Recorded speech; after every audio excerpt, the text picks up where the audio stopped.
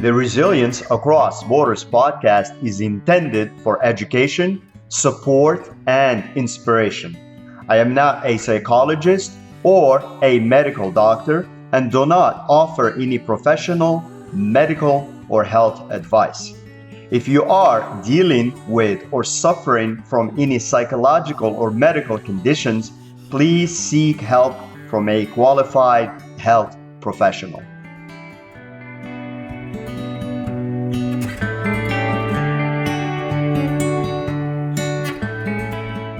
Hello and welcome back to Resilience Across Borders podcast. I'm your host, Rachid Zahidi, and also author of the Emo Gym Journal, which is an abbreviation for Emotional Gym. And that is a guide and workbook to get clear and stay focused on priorities and institute better habits.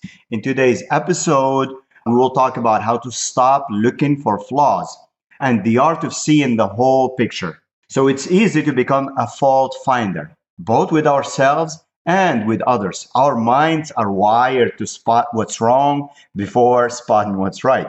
It's a survival mechanism that once kept us safe from danger. But in relationships, at work, and overall personal growth, it often causes unnecessary stress, disconnection, and dissatisfaction. So, learning to stop looking for flaws doesn't mean ignoring reality. It means training our perception to see the whole truth, not just the imperfections.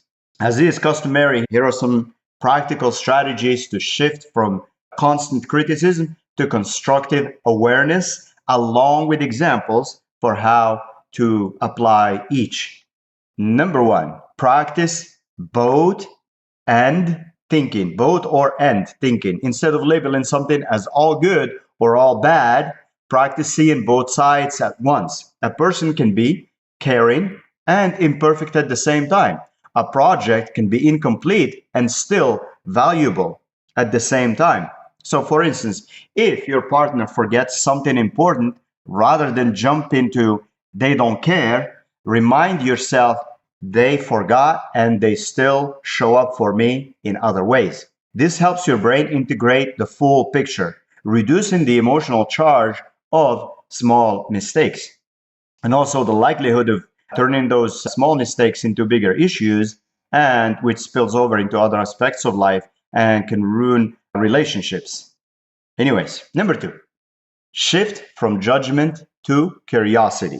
Flaw finding is judgment based.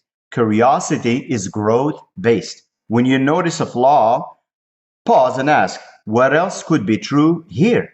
Or what might I not be seeing? For instance, if a coworker misses a deadline, instead of assuming laziness, ask them what challenges they faced.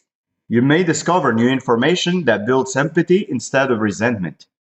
Number three, retain your attention through gratitude. Our attention determines our perception. If you consciously train your mind to notice what's working, your awareness naturally balances out. Again, this is because practice. The more you practice this, the more it becomes second nature, and a lot of times happens unconsciously. I give you an example, personal example, like the more I practice gratitude, the more positivity I see in my day, the more it counters that negativity bias that we have built in. For instance, at the end of each day, list 3 things that went right, even small things.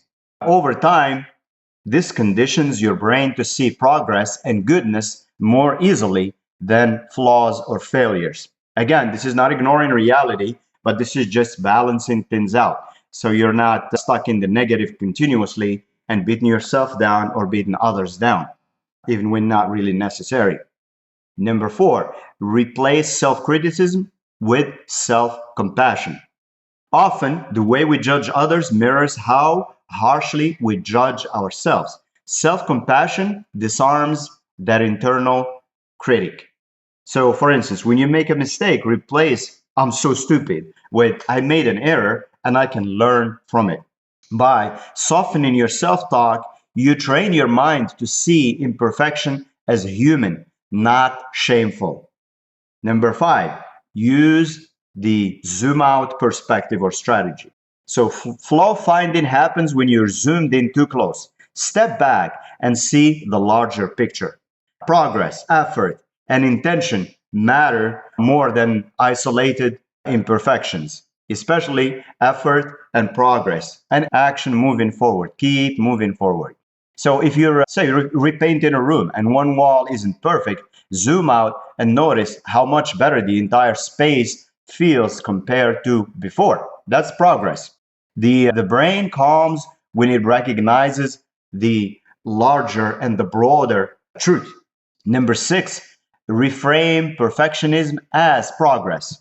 So looking for flaws often hides perfectionism, a fear that nothing is ever enough or nothing is ever good enough. Replace the goal of perfect with better.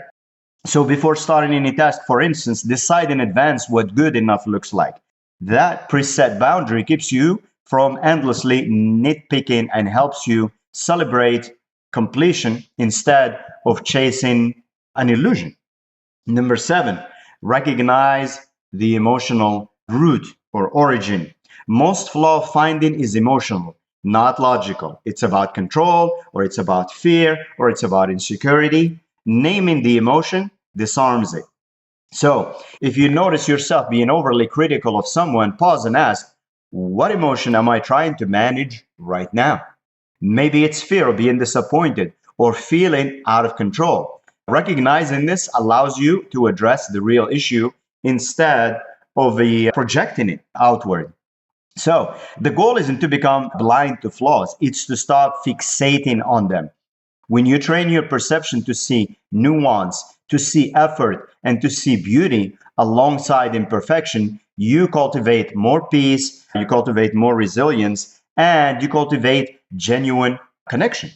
So as always, thank you for tuning into the Resilience Across Borders podcast. If you're enjoying this podcast and finding it useful and helpful to you, please share it, please review it, and make sure to pick up a copy of the companion journal that I mentioned, Emo Gym.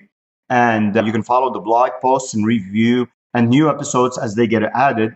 The URL for that is at resilience.com, ATRESILIENCE.com. Remember to be kind to yourself and be kind to others and stay resilient.